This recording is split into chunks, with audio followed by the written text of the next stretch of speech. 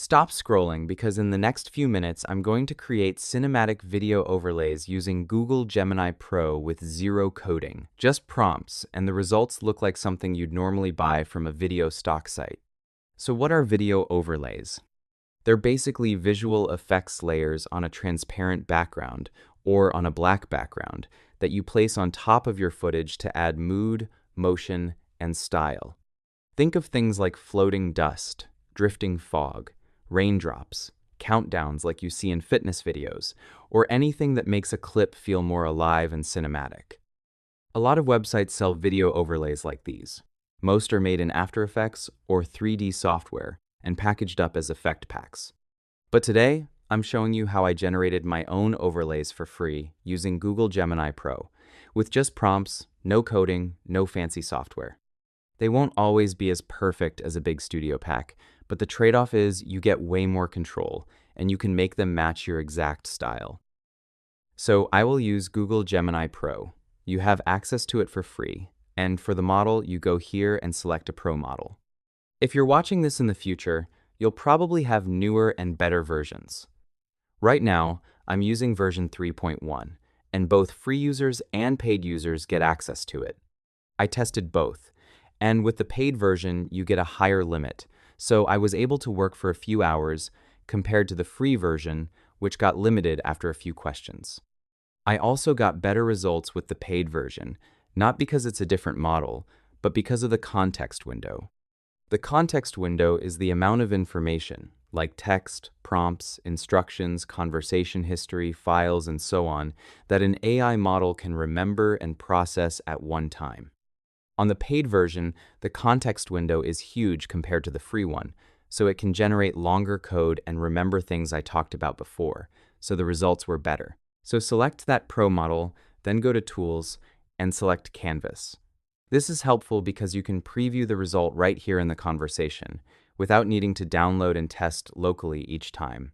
Then you add the prompt and explain in detail what you want to create. The more details you give, the better the results will be. I started simple at first and just played around. I asked for a single HTML app and described what I wanted. For the size, I usually do my YouTube videos at 2K resolution, so I asked for that size. Then you submit using this button. Depending on the complexity of the task, it can take a few minutes. You can see here how it's thinking about what to do, and you can actually click this arrow and see the process if you're curious. After it knows what to do, it starts to write the actual code. It keeps writing, and when it's ready, it switches to preview where you can see the result. If you go to code, you can see how much code it has. This one is quite short, but I have some with 2,000 lines of code. The animation is okay, but many times you'll need to chat more to improve it. In the bottom right, you have a Select and Ask button. You can use it to drag a selection anywhere in the interface, like if you have a menu or something, and ask for changes in that area. But you can also just take a screenshot of the area you want and paste it in the conversation. For example, let's say I want some sliders to get better control of the animation, and I want them in the top left corner. Now it will start thinking again, and after it finishes thinking, it will start to write code again. So now it has more lines of code, and if we go to preview, it has those sliders that let us change different settings, from count to speed to size and the colors. So it's quite nice. You can also move this bar. Sometimes you might have something there and you can't see it because of this bar, so you can move it wherever you want. You also have this button called Add Gemini Feature. If we click on it, you can see it's thinking again. This injects built-in AI capabilities directly into your project, without you needing to write the complex backend code yourself. It can add features like text generation, image generation, or data analysis directly into your app's interface. The AI features you see here are built specifically for Gemini's own servers. To make them work on your own computer, you'd usually need to grab a private API key from Google and add some code. Since that gets a bit technical, it's easiest to keep playing with the features right here in the canvas for now. So it looks like it added a text input where I can type the mood, and the color of the particles will change. After it finished, I got this. So let's test it. Let's try sunset, and the color changes to a sunset vibe. Pretty nice. Let's try now the word Amazon, and we get a green vibe with different text here. So depending on the app you are building, you can do more complex stuff with this. So once you have a project you like, you want to share it or save it, right? If you go to share, you can use this button to get a link to the project, or you can use copy content to copy the code. Then we need to save it as an HTML file. Open a text editor like Notepad, paste the code there, go to File, then Save As. Change Save as Type to All Files, then give it a name, like Particles Effect or something, and add .html at the end, because if it saves as a .txt file, it won't work. Click Save, and now you have the project locally. So now we have this HTML file that we can open with the default browser, and we have the project here exactly as we wanted. We can play again with the settings and do everything we did in Canvas, with one important mention. The AI features that use an API will not work locally unless you know how to set up the server and API key stuff. But don't worry, the project I'll show in this video works locally since I don't use AI in it. It's just simple HTML. As you can see, it failed to load that AI vibe. Back to Gemini. Let's build our first project that actually exports a video file. I'm going to use a long, detailed prompt for this, but I'll share the projects and prompts for free on Discord, so check the video description. I usually start by telling it what kind of expert I want it to be, so I ask it to act like an expert web developer that builds a cinematic dust overlay generator. Then I explain how I want it to look, like how the particles should move, and so on. After that, I need controls, so I describe how the interface should look, like the sliders. Then the important part, I want video export. I want it to let me choose how many seconds to export, and I want the 2K resolution I need. Of course, you can also prompt something simple and let the AI decide, and then adjust on the go. Or, if you're a developer and you know how to prompt, you can request something complex like this. But since I don't know coding, I'll just use simpler prompts instead. So from Discord, you can get both simple and complex prompts, and also the HTML file that you can upload back into Gemini and ask for more changes. So let's open this air particles video generator. Now we have the particles, and we have a few useful settings. For example, I can change the wind direction if I want, so it fits better with the scene I plan to add it on top of. You can play with density, particle size, or maybe you need to change the color for some fantasy scenes or something. You can adjust opacity and turbulence, and you can ask Gemini for more sliders. I also added one for depth. Now I want to save this as a video. By default, I set it to 2K, but you can ask Gemini to change the code for other resolutions. So I'll render 15 seconds of video. I think it's basically recording the animation from the browser, and at the end, after 15 seconds, it gives me a save option, so I can save it as an MP4 file, which is pretty cool, right? Press save, and now we have an MP4 file with that animation that we can use as an overlay. We can also right-click and go to Properties, then Details, and see the details about the size and frames per second. It's kind of crazy that we can do that with a single HTML file. Then you can use a video editor. I'm using CapCut. You can use a video or an image as a base, then drag the video overlay on top of it. MP4 files don't support transparency, so the overlay has a black background. To see the layer behind it, go to Blending Modes and choose Screen. That keeps the bright parts visible and hides the dark parts. Then you can adjust the opacity too, if you want it to be less visible. So now that photo is less boring with those dust particles, right? And we can add more fog and other elements to improve it.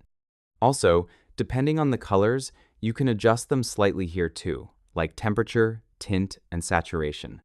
But it's more obvious when you actually have color, because on white you can only go warm or cold. So the final video looks something like this, just a little something extra to make it look more interesting. For the second project, I wanted to create a bokeh overlay that lets me change the colors and some settings, and of course save it as a video. And I got something like this. You have 3 colors you can change. You can change the aperture shape, play with density and base size, And one interesting slider is this focus one that lets us create interesting effects for the bokeh. Play around and see what you can create. Keep in mind that all the projects in this video might still have some bugs. I just created them, tested them, saw the basic function works, and shared them with you. So feel free to modify and improve them. So I can add a photo like this, then place that overlay on top to make it look a little more interesting. It depends on the project. You can create something that fits. For the third project, I wanted to make a countdown, like the ones you see in fitness videos that count down during workout sets. But I wanted to be able to customize it. And I got a functional countdown like this. I can play with the active color and adjust it how I like, and do the same for the faded color behind. You can change the clock format to minutes and seconds, or to seconds and milliseconds. Let's keep it on seconds. Then I can change the count direction. Maybe I don't want a countdown. For the lines in the circle, I can change the direction. I included a few fonts to try. You can adjust the glow if you want a cleaner look, make it bigger or smaller, change the tick count, maybe make it fit the number of seconds you plan to use. You can also change the tick length and maybe the tick thickness. And when you're ready, you render and download. For this one, the number of seconds you use will be the seconds for the final video. So let's say I have this image, and then I add that countdown on top. And now we've got something you can see in fitness videos. Add a video, add the countdown in the position you want, and create a nice video. For the next project, I wanted to create some fire embers, like sparks, and maybe some smoke too. This one took a few more tries to get the look I wanted, but I got something okay in the end. This is the result. We have a few options for ember color and also one for smoke. Obviously, you want something more subtle for the smoke. Then we can change the density so we have more embers. We can play with ember size and maybe adjust the ember length too. There's one slider for the shape or thickness of the embers, some blur, and of course we can change the wind direction however we want. For speed, you can make it faster or slower and more cinematic. Increase the turbulence for a more chaotic look, play with flicker, and with the smoke opacity until you get something you like. Then you set the number of seconds and export it. Then you can use it on top of your images and videos to create some movement, and you can adjust colors and everything to give it a more cinematic look. For the next project, I wanted to create some fog that can be useful for adding a little atmosphere. So the result is this one. I can adjust the colors however I want. Let's make it a little colder. You can play with density. I added a slider for contrast, one for fog height, and one you can use to fade it. You can change the animation speed, and there's one for zoom so you can adapt it better to your scene. You can adjust turbulence, and you have a few options for wind. At the end, you can also control opacity, then export the duration you want. So let's say I have this photo, then I add the fog on top. Then you can adjust some colors, maybe add some noise on top, and the simple image is less boring. I was working on some DJ music videos for my other YouTube channel called Altflux, and that gave me the idea for this project. So I wanted to create some laser lights, like moving laser beams.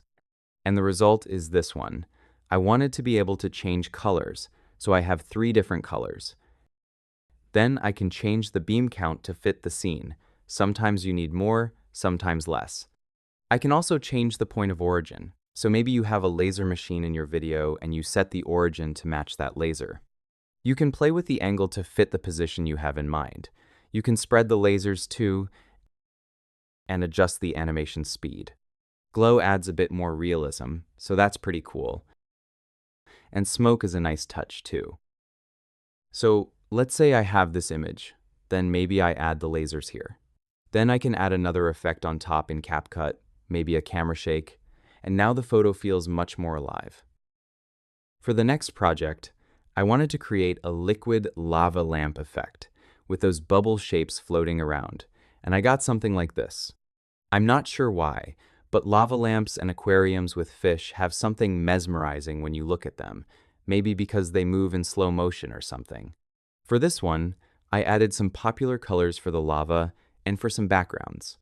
And for this project, instead of using it as an overlay, I left it as a background and added a PNG image with transparency on top of it. So now it looks more like some kind of device. You can do a lot of cool stuff with it. For this project, I wanted to create that popular Plexus effect that looks like a network. I was able to do it before, but I always had problems exporting it as a video. Now it works, and you can probably play with the code more to improve it. You can change colors, node density, node size, and all kinds of settings for the animation, camera angle, and the direction it moves through. I used it sometimes for sci-fi videos, or for projects about networks, or videos that represent connections. I have this image here, and I added this effect on top to make it look more interesting. Do you have patience for 2 more projects? For this project, I wanted to create some raindrops like the ones you see on a window. It took some time to get an okay result. Considering this is all done inside an HTML file without 3D software, it's kind of hard to make it look fully realistic. But with each Google Gemini model update, the results get better and better. So I added a lot of settings here, and you can play around and see if you can get a more realistic result. Still, it's not bad in the end.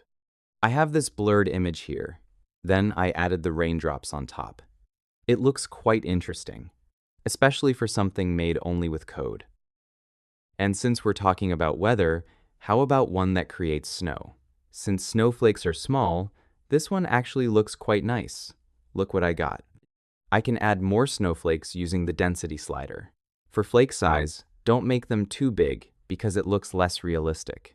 You can play with gravity and add some turbulence. One setting I like to change to fit my scene is the wind direction, left, right, or down. You can also adjust the depth, like making the snow go further away or come toward you, and so on.